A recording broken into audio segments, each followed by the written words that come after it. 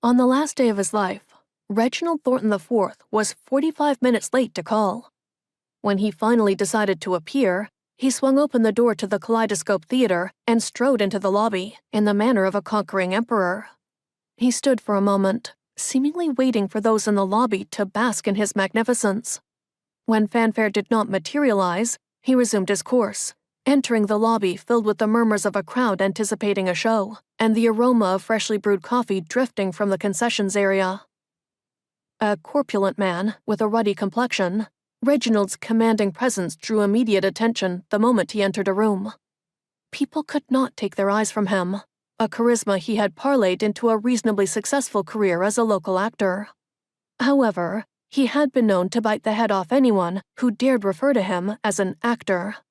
He was, should anyone ask, a finely trained and highly sought-after thespian. Peerless and without equal, as he believed himself to be, he wore his disdain for those around him like a black velvet cape at a formal ball. "You're late, Reg," said Ellie Marlowe as he breezed past, refusing to even offer her a glance of recognition. She used a nickname he hated purposefully to show her displeasure.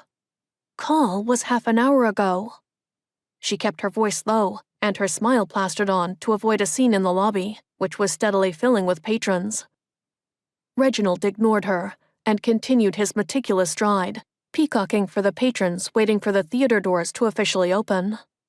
Most were older women, dragging their husbands out for a bit of culture, what Ellie and the other board members of the theater referred to as the blue hairs, the bread and butter of the theater, the demographic that kept them afloat. "Curtain is in 35 minutes. The house opens in 5, Ellie said. He didn't acknowledge that Ellie had spoken, didn't turn his head in her direction as he passed her. She added, "I almost asked Dana to put Steve in your costume." Reginald halted mid-stride. He turned toward her, cold gray eyes cutting a laser-hot line across the lobby to where she stood. Ellie held his look, not an easy task, considering his intimidating glare contained a ferocity she had rarely experienced. "You wouldn't dare." He spoke slowly.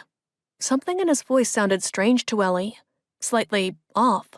He swayed, and Ellie wondered if he was drunk. But he couldn't be. Reginald Thornton IV would never put his stage reputation on the line for a few drinks. "Steve knows all the lines," she said.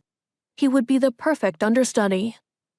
"I will end this theater," he rasped at her. "I have more than enough clout in this area to ensure that you never put on another show. Ever." Ellie tried to match the death stare he gave her, but the tension grew to be too much for her.